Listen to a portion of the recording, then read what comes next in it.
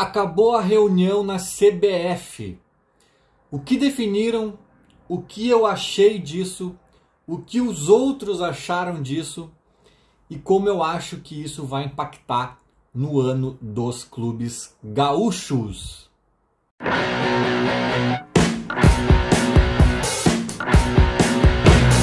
Vamos lá.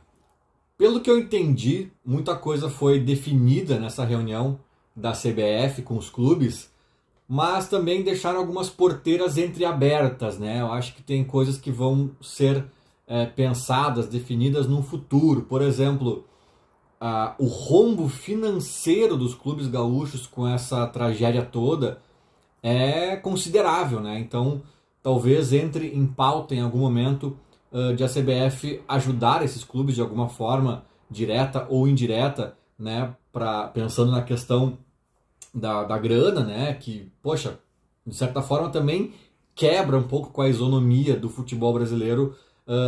3 clubes da Série A, ou enfim, se considerar até as outras divisões ali, clubes de uma região específica, né, serem sugados financeiramente por uma causa, por um motivo de força maior, digamos assim, né? Então, eu não duvidaria, e eu acredito que a CBF poderia sim dar essa mão para os clubes gaúchos, mas isso não esteve em pauta na reunião de ontem, né, desse dia 27 de maio. Vamos lá. O que basicamente ficou definido pelo que foi divulgado aí pós-reunião? O Brasileirão vai voltar, né, o que já era esperado. A questão do rebaixamento não foi nem debatida pelo que falam. E aqui, abrindo um parênteses, tá? Eu fico muito dividido sobre essa relação do rebaixamento. Porque eu entendo totalmente a bagunça que isso geraria. Tipo, vamos fazer um ano sem rebaixamento. E aí, como é que faz ano que vem? Aí vai ter 24, né? Vão ter 24 clubes, porque vão subir 4, né? E como é que fica essa bagunça? E calendário, e confusão. Para quem tem mais de 30 e poucos anos, talvez lembre que o Brasileirão era uma várzea até muito pouco tempo atrás, né? Às vezes tinha 30 e tantos clubes. E eles foram diminuindo aos poucos. Tanto é que o Grêmio, na Batalha dos Aflitos, quando o Grêmio sobe, era uma loucura aquele formulismo lá, porque eram 2 quadrangulares finais. O Grêmio era líder do último quadrangular, invicto, e se perdesse para o Náutico ali estava fora. Porque, basicamente, além do regulamento ser bizonho, só subiam 2. Né? Vamos lembrar, por muito tempo só subiam 2 e caíam 4. Porque eles foram ajustando até chegar no desejado número de 20 clubes. Né? Então isso seria uma bagunça que talvez se arrastaria por alguns anos, né? A solução se arrastaria por alguns anos. Então eu fico dividido, porque ao mesmo tempo que eu sei de tudo isso, cara, eu também sei que seria muito injusto ver um dos 3 clubes gaúchos rebaixados, assim, sabe? Eu falei até em outro dia aí no meu Twitter que eu não sou um ícone da fidalguia, né? Quando se trata de rivalidade, eu seco o Inter a todo momento, qualquer jogo. Se tiver que cair para a Série D de dado, vou ficar feliz. Se o Grêmio puder entregar um jogo para evitar um título deles ou algum outro tipo de benefício, a depender do contexto, eu exijo que o Grêmio entregue o jogo. Agora, se eu visse o Inter rebaixado esse ano, só o Inter, vamos supor, e chegasse nas minhas mãos o abaixo-assinado para reverter o rebaixamento deles, cara, eu acho que eu assinaria, sabe? Porque é algo muito maior que clubes, que futebol, que rivalidade. É uma questão até de sensibilização, assim, né, humana, e é uma tragédia sem precedentes que atropela o futebol e vai muito, muito, muito além, assim. Então, não seria nem justo, né, cara? E o futebol a gente tem que partir de uma justiça mínima. E não é aquela justiça de, foi injusto o placar porque o time atacou o jogo inteiro, no único ataque dos caras eles fizeram um gol. Isso aí é justo. Porra, tu atacou o jogo inteiro e não fez um gol, o cara atacou uma e fez, né? Então eu sempre brinco que futebol não é justo e nem é pra ser nesse sentido desportivo. Mas quando é no sentido extra-campo, ou até de arbitragem, né? Que ali é dentro de campo, mas que é algo que foge do campo desportivo, especificamente, é injusto, cara. E aí, essa injustiça o futebol não pode abarcar, não pode aceitar, sabe? E eu vou achar muito injusto se algum clube gaúcho for rebaixado. Na verdade, vai ser injusto talvez em qualquer medida, né? Se o Grêmio ficar em 8º no Brasileirão, vai ser injusto, porque talvez signifique que sem a tragédia poderia ficar em 3º, ou até brigar pelo título, né? O Inter é a mesma coisa. Agora, o rebaixamento especificamente é mais cruel, porque ele impacta em muita coisa. Ele gera uma bola de neve de médio e longo prazo, financeiro, anímico, estrutural, né? De contratações futuras, de um inferno que vai se estabelecer para o ano que vem, para esses clubes. Então é um negócio que tem um impacto muito gigantesco e que talvez a raiz possa estar, né, nessa tragédia que bagunçou não só finanças, mas a questão física, o ritmo, a logística, bagunçou muita coisa dos clubes gaúchos, e isso sem dúvidas vai ter um impacto em campo. Então eu fico dividido, cara. Fico dividido, eu entendo que tenha rebaixamento e siga tudo normal, porque o estrago é grande se mexerem nisso, mas eu também vejo que se algum clube gaúcho acabar rebaixado, não vai me parecer algo razoável e justo, sabe? Vai ficar uma mancha ali nesse rebaixamento. Eu não vou nem ter coragem de zoar os colorados, se por acaso fossem eles, né? O Juventude, coitado, talvez seja o mais vulnerável nesse sentido, mas o próprio Grêmio, eu acho que o Grêmio não tem um elenco tão farto quanto o Inter. Eu acho que talvez o Inter tem mais chance de se dar bem nessa questão aí da logística e do calendário maluco, né, que os clubes gaúchos vão enfrentar, né? O Grêmio acho que também corre algum risco em algum nível um pouco mais acentuado. Claro, eu tô falando agora, se chegar o Gabigol, o Michael, que estão falando aí que vai ficar livre, chegou o Gemerson, se chegar o Rodrigo Caio, mais alguém pro meio, mais não sei o que, de repente eu mude meu discurso, tá? Mas dado assim, as condições iniciais ali de análise que a gente conhece dos dois elencos, eu acho que o Inter vai conseguir se defender um pouco melhor nessa situação, por conta de ter talvez uns 18, 19 jogadores em nível de titularidade, e essa rotatividade talvez pese menos para eles. Mas igual, talvez eles pudessem estar disputando o título nas condições normais, e agora talvez eles fiquem em 4º, em 5º, sei lá, né? Então, os clubes gaúchos foram afetados, e isso é inegável. Aí foi definido que vão recuperar alguns jogos aí perdidos dessa pausa nas datas FIFA, né? Que é razoável, eu acho ok, né? Tipo, tá. Talvez a gente sempre briga para respeitar, né, a data FIFA por 1000 motivos óbvios, né? E mais um motivo tá aí para de repente ter um backup aí, alguma data na manga para uma emergência, que é o caso. E beleza, não, é ideal? Não. Os clubes podem chiar porque, putz, vou perder meus jogadores convocados. Sim, mas cara, é uma tragédia. Uma tragédia. Não adianta chiar porque aconteceu, e aconteceu para todo mundo. E os próprios clubes gaúchos, né, a dupla Grenal, sobretudo, também vai sofrer com isso, porque vão ter jogadores convocados, provavelmente. E aí, cara, para mim a grande notícia da reunião foi a questão da flexibilização dos mandos de campo, que eu acho que eu cheguei a comentar essa ideia aqui em algum vídeo, né? E no Twitter com certeza eu comentei, e que ela é uma ideia que, a uma primeira vista, até parecia meio maluca, assim, sabe? Porque, claro, a ideia que eu lancei era mais radical, né? Eu ouvi de alguém e reproduzi, que era inverter 100%, né, esses mandos. Não sei se vai ser possível. Eu acho que, pelo que eu entendi, vai ser uma coisa analisada meio que rodada a rodada, jogo a jogo, ou, né, em curtos períodos, assim, talvez definir 5 rodadas na frente, dedo no pulso, porque talvez alguns jogos façam sentido. O Grêmio vai jogar em São Paulo contra o São Paulo. O próximo jogo seria contra o Santos, não tá, né? O próximo jogo seria contra o Palmeiras aqui em Porto Alegre. Não, quem sabe faz contra o Palmeiras lá em São Paulo, né? Então vai ser uma flexibilização nesse sentido, não necessariamente jogar todas fora de casa primeiro e todas em casa no final da temporada. Vai ser dosado. Estão falando, por exemplo, que o Grenal pode ser no Maracanã. Esse é outro assunto, vou tentar abordar aqui ainda rapidamente no final do vídeo, se não ficar muito longo.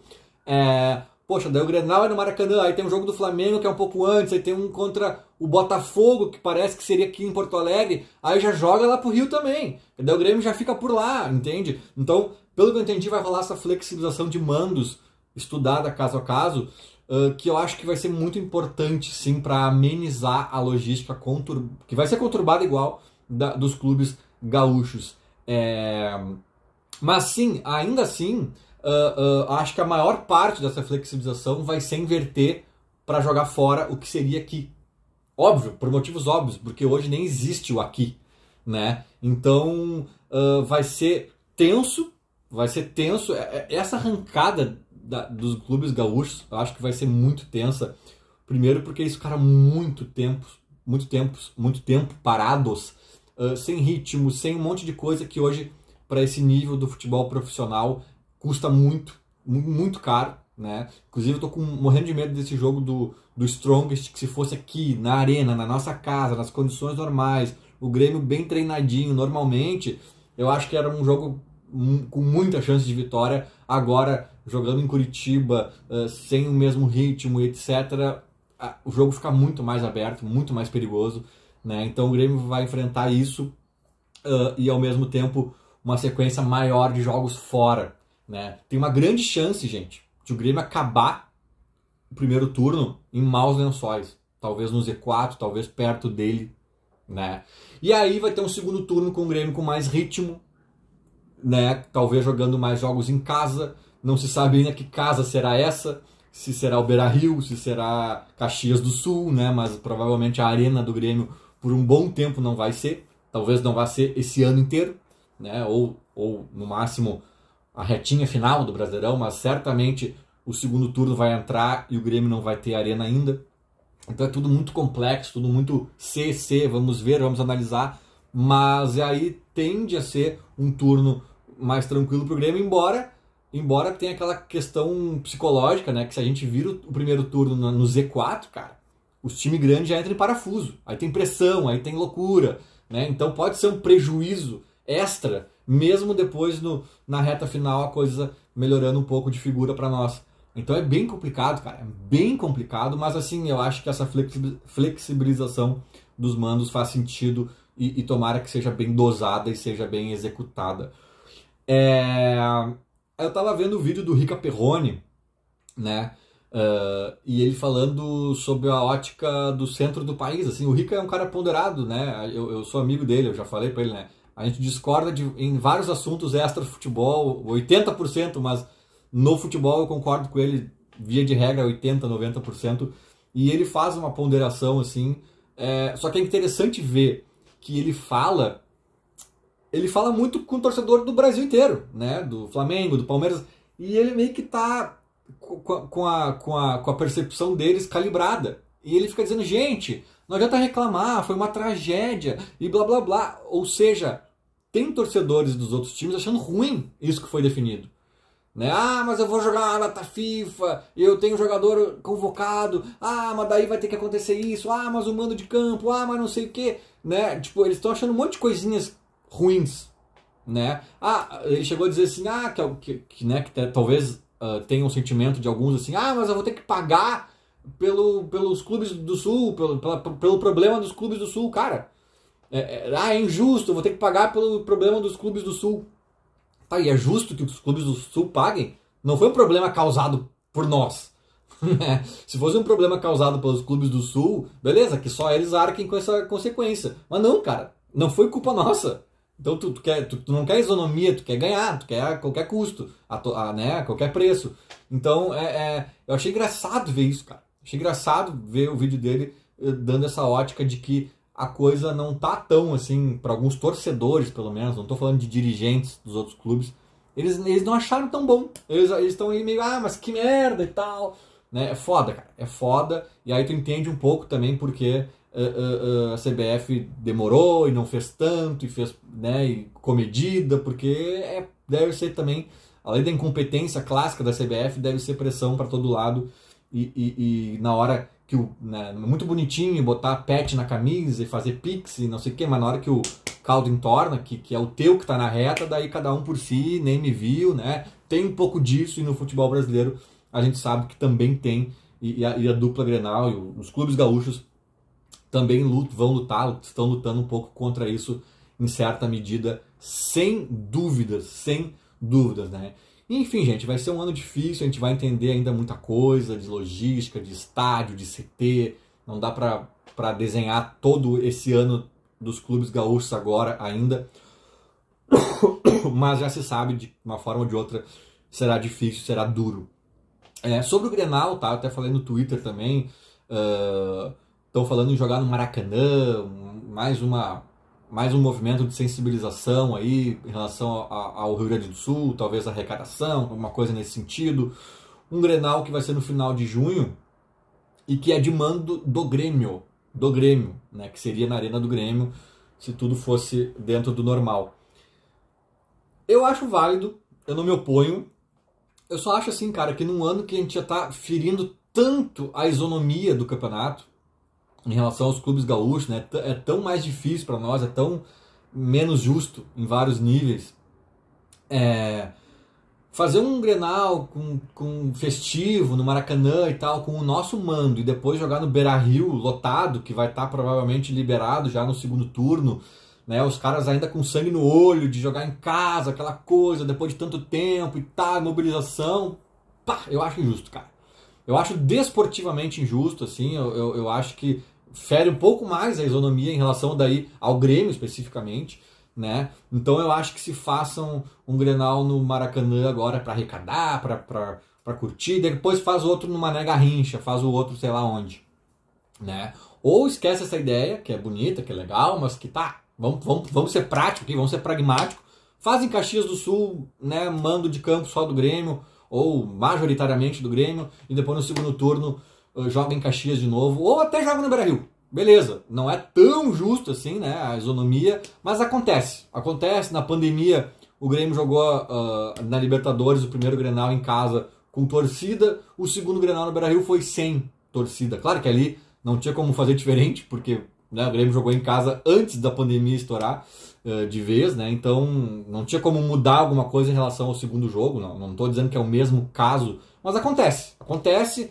então eu até acho ok o Inter se fazer valer do Beira-Rio no segundo turno, se de fato o estádio estiver apto, e creio que estará, mas daí se isso estiver definido que vai acontecer, aí o Grêmio eu acho que tem que dar dois passinhos para trás e falar, beleza, então vamos amenizar essa isonomia aqui, vamos amenizar esse desequilíbrio na isonomia aqui, vamos jogar em Caxias, sei lá, no Jacone ou no Centenário, com torcida do Grêmio lá, pelo menos, ajudando, e eu acho que é dos males o menor, sabe? Eu sei que é um assunto que parece pequeno, é só um Grenal, mas não acho que é tão pequeno assim, eu acho que talvez o Grêmio precise contar pontinhos com conta-gotas nesse campeonato para conseguir, tomara eu que pelo menos alguma vaga em alguma coisa, mas quiçá até para escapar de algo pior.